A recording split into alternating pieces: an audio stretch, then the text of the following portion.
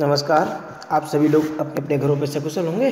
इसी कामना के साथ we have to talk about what topics as yesterday, or you can say in our previous lecture we have talked about the theories of evolutions, in which we have talked about the Lamarck's theory of the evolutions, Darwinian theory or the natural selection theory, or the mutation theory of the evolutions, in which we have to get the different examples, in which the industrial mammalianism example is most important for the explanations. Let's move to another thing, the most important topic, which are asked so many times in your examinations, in your competitive examinations also.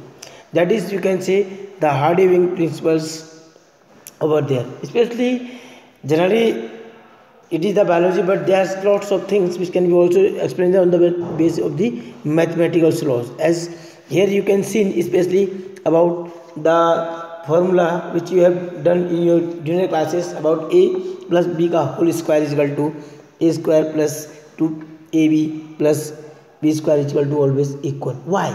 Generally, it is the question. Means according to, if we can say, genetic equilibrium or the Hardy-Wing equilibrium, right? According to this Hardy-Wingberg principles, means this principle always states that the alleles frequency in any population are stable. Means the frequency of the alleles is always stable, and or you can say it is constant from generation to generation, right? If the population is large and there is a random matching among members of the populations, the gene pool is constant. This is known as the genetic equilibrium or the Hardy-Wingberg equilibrium. Means it can be always expressed. Generally, you can say, means the gene frequency is always constant over there. Means there it is always 1. So it is also known as the genetic equilibrium or the Hardy-Wingberg equilibrium. These expressions can be always expressed in the with the help of equations. That is, you can just see in the diagrams that PQ whole square is equal to, right, P square plus 2PQ plus Q square is equal to 1. Means this is always shows with the help of constant 1. So we can say that it is a specific where the P and Q are the frequencies of different alleles. Means where these frequencies of alleles is always constant over there at the basis of genetic equilibrium. Or we can say any fluctuation in genetic equilibrium leads to the evolution. Means whenever anything will change in the frequency of these genes, in the frequency of this PQ, it will also capable to change over this equilibrium. So this is known as the evolutions. We can say the Hardy-Wingberg equilibrium generally can be always affected by the different things, right? Different factors. For that, there are, especially we can say, gene migrations, right? Genetic drift, mutation, recombination, and natural selection. These are different factors which can be affected this Hardy-Wingberg principles. Means it can be not as the genetic equilibrium. First of all, we have to talk about the gene migrations, right, or the gene flow. Means generally we can say, due to migrations of these or new genes or alleles are added to the new populations, these are the lost from the old population. It turns as changing the frequencies. Means you can see that whenever any gene can be migrated, means it can be just get out from the one generation, one populations, and added to the new one. It means that there is something will discreted or lost by the old populations, and it is also changed where it is also added over. So we can say the gene flow, if this gene migration is happened multiple times, so gene flow changes in the frequency of the release. Means if this process will continue in any places, in any population, this can be always shows the new development in that particular populations. We can say, suppose some genes are lost in the first case and added to the second one. In both cases, both populations can be disturbed, both places will changes are occurred over there, right? Then Then we have to talk about the genetic drift. First of all, we have to know what is this genetic drift. Generally, we can say the change occurs in the frequency of chance in the genetic drift. We can say generally the random changes in the alleles frequencies of population occurring, that is, we can say, known as the genetic drift, right? Or there is, you can say, the change in alleles frequency may be become a drastic different, that they are form a new population. Means due to this conditions, if you are rememberize students in your previous class 10th, in which you have just learned about that is stories about the red beetles and the blue beetles one. Different changes, there is also a structure of this genetic drift over found over there. Evenly we can say sometimes it can be also acts like the founder effects. I think everybody knows, whenever the changes in alleles frequency in new population, some different species are formed, this is called the founder effect, and the original drifted population is known as the founder one. Means it can be also acts with the help of bottleneck experiments, right? In with that particular conditions we can found over there. As you can say, the original differentiated populations becomes a founder when the change in the phenotypic and genotypic of the progeny constitute the founder effect. Or we can say this is clear with the microbial experiment, where pre-existing advantageous mutant get selected over a few generations, speciation occur in the different places. So these can be also capable to affected the Hardy-Weinberg principles. Similarly, on the other hand, we can say mutation. As everybody knows, mutation means generally the random changes or drastic changes in the pairs of the genes. So in that particular conditions, we can say this can be occurs, the mutation can be occurs randomly at very slow rate, and they lead to new phenotypic due to the considerable genetic variations. Speciation occurs, means whenever there is speciation occurs, the new organisms can be developed over there. So such process can be also affected to this genetic equilibrium. Then we have to come on the next, that is called recombinations. Means genetic recombinations, as we have already learned in previous lessons, right? That during the gametogenesis, crossing over the meiosis lead to a new combination of the genes. Whenever the crossing over process will take place during the formation of the gametogenesis, right? In that particular conditions, these new formations, new crossing over can be take place, which can be always helpful for the recombination of the genes, which can be always helpful to change the gene equilibrium. But there is a most important thing, that is called the natural selections. It is most important thing. So many times this question can be asked in all of your examinations, right? So if we can talk about this natural selections, first of all, as we have already told, that these natural selections can be always occur due to the inheritance of the variations which lead to survival of the fittest. Means the changes in the variations, means whenever the different character can be changes, a variation will occurs, and that variation can be always helpful for the survival of the different fittest living organisms. Or we can say, right, the natural selection is the most critical evolutionary process that lead to change in the alleles frequencies and favors for the promote the adaptation and product of the evolution. Evenly, we can say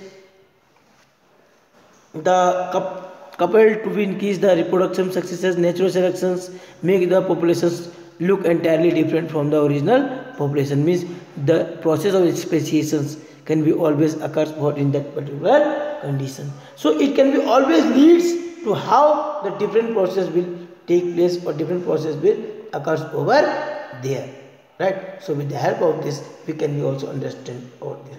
Evenly, we can say the natural selections can be also affected, or the some factors which can be are absent in the populations. It means there is no evolution going on in that populations. So it can be following effects, means the different effects can be seen over there, right? As you can see in this particular diagram over there. You can understand these diagrams, especially with the help of this. Generally, they can be shown that these diagrams, the stabilizations, directional changes, and the disruptions. Means especially how you can understand about this one, right? So if we talk about the first one, suppose as you seen in the first diagram, this one, right, it can be always drawn on the basis of a phenotypic favorite natural selections and the populations that is medium size, means the number of individuals with phenotypic characters. Means generally you can say here this is the number of favorable conditions, that where the individuals are, that shows their favorable conditions, and this is the medium size, or we can say medium size individuals are favored over there. This is structure you found over. But in the first condition, as you can see over there, right, you can see the peak is starting to get higher and higher going over there. That is known as the stabilizations. Means especially we can talk about the stabilizations, the large number of individuals acquire mean character value. Means maximum organisms can require for the surviving, for the adaptation in their particular conditions, for a mean character value. Means they have to, variation is much reduces. Means the variation is not always very high, reduced over there in first case. But in the second case, if you can see that the peak is shifted towards the direction, right? Means this peak can be always shift from over here to here, you can see here, right? So this peak can be just transfer or diverse to a directional flow, that is known as directional changes. We can say the large number of individuals acquire a value other than the mean correct value. Means बहुत सारे ऐसे animals होंगे उस natural selection condition में जो mean value से दूसरी value को एक्वायर कर रहे होंगे, दूसरे करेक्टर्स को एक्वायर करते हैं। तो इस वजह से क्या होगा, जो पीक पॉइंट है, जो पीक है आपका ग्राफ का, it will shifted to a directional conditions. So mean natural selection is taking place in one direction. इस वजह से जो मीन स्ट्रक्चर है वो एक डायरेक्शन की तरफ फ्लो कर जाता है, right. On the same time if we talk about next one, that is called disruption. Disruption, as you can see in the last diagram over there, right? So especially this diagram can be always helpful for us, that the peak is divided into two peak formations. Why it happens so? Because we can say the more individuals acquire peripheral characters value at the both ends of the distribution curve. Means जो animals होते हैं उसमें जो organisms होते हैं वो दोनों जो प्रिमिटिव वैल्यूज़ होती हैं उनकी रिक्वायरमेंट उन पर रहती है, इसलिए क्या होता है, they can be found both sides. इसलिए जो characters value at the both ends distributed and curve hand the natural selection taking place into two different populations. तो जब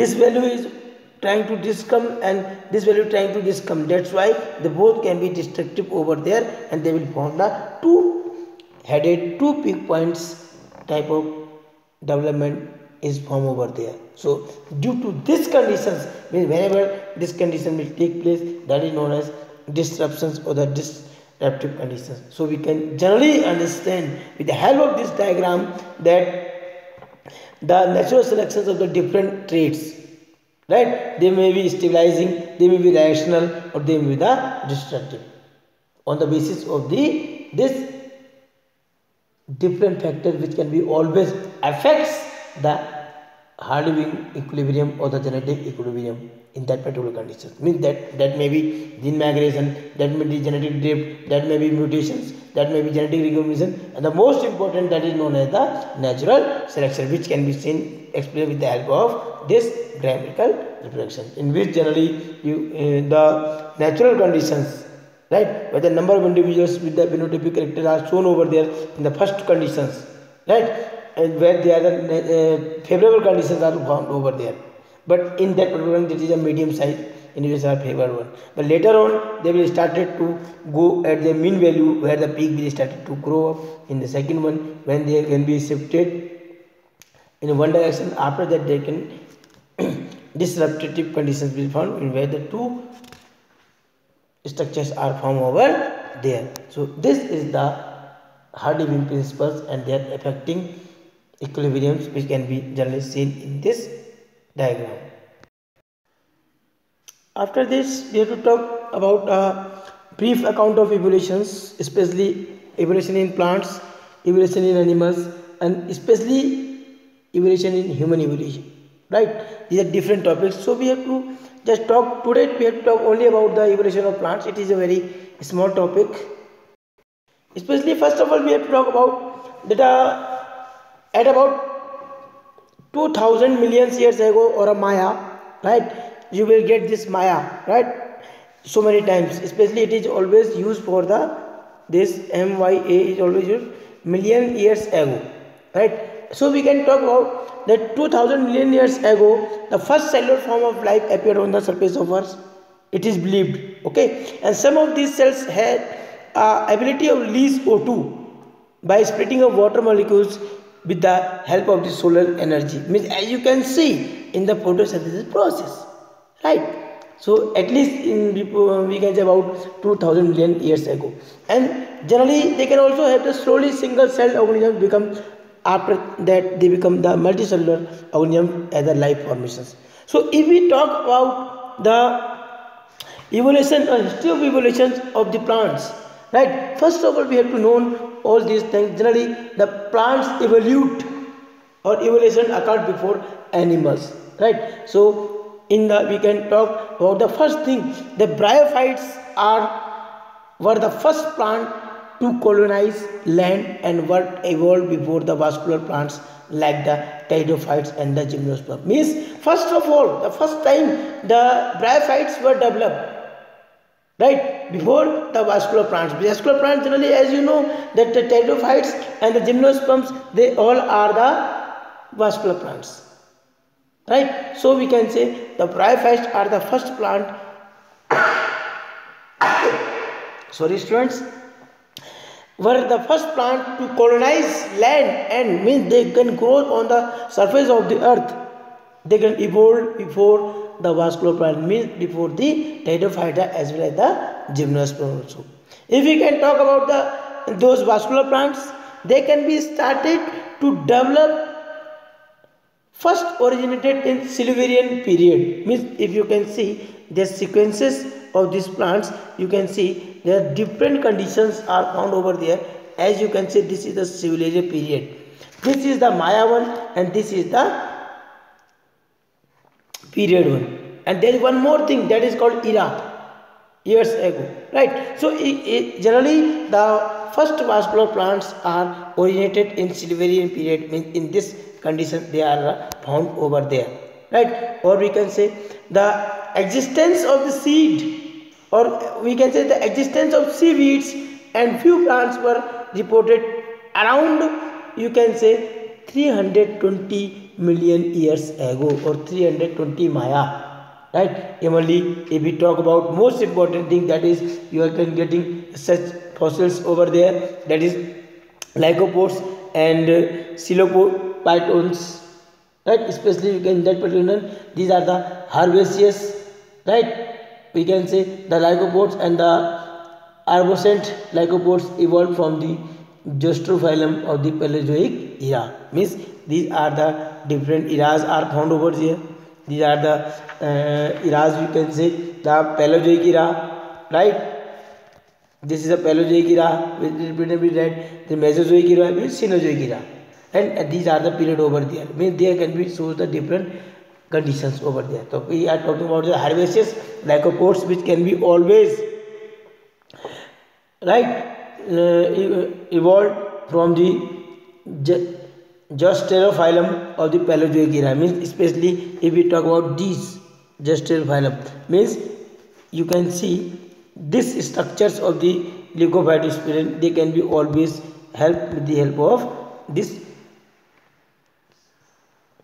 Paleozoic era, in which it can be first of all developed from the Gasterophyllum condition, right, in the Paleozoic era. Evenly, if we can talk about the Coleophytons, it is common ancestors of the horsetail fern and gymnosperm. You can see that this horse tail, even the fern like structure is found over there. Right, so especially we talk about this one, they can be also developed in that particular conditions. So students, you must prepare the whole chart over there, in which they can be developed over there. You can just get from over there, means especially in which era they are developed. Suppose they can be divided like this one, so you may just read these structures over there, where you can understand that what about in Silurian period, in Devonian period, in Carboniferous period, in Permian, in Tertiary, Jurassic, and Cretaceous, and the Quaternary terrestrial, or the, if we talk about the era, that is the Paleozoic and the Mesozoic and the Cenozoic. Right, so these are the different conditions where we have to understand about all these things. Evenly, these all plants are chlorophyte ancestors, trichophyte ancestors, and rhinophyte, and they can be before this all periods. So you have to also known on the basis of the geological periods, or these plants are found where they can be able to develop over there. As you can see in your diagrams, as I have already told you, the first of all the bryophytes can develop, but after that in the Silurian period, the vascular plants, maybe pteridophytes and the gymnosperm will started to develop. After that, the first, or you can say the angiosperm will develop in the Cenozoic era, in the period of the Quaternary Tertiary. In that condition, they can be developed over there. So you all must learn them properly with the examples, especially over there.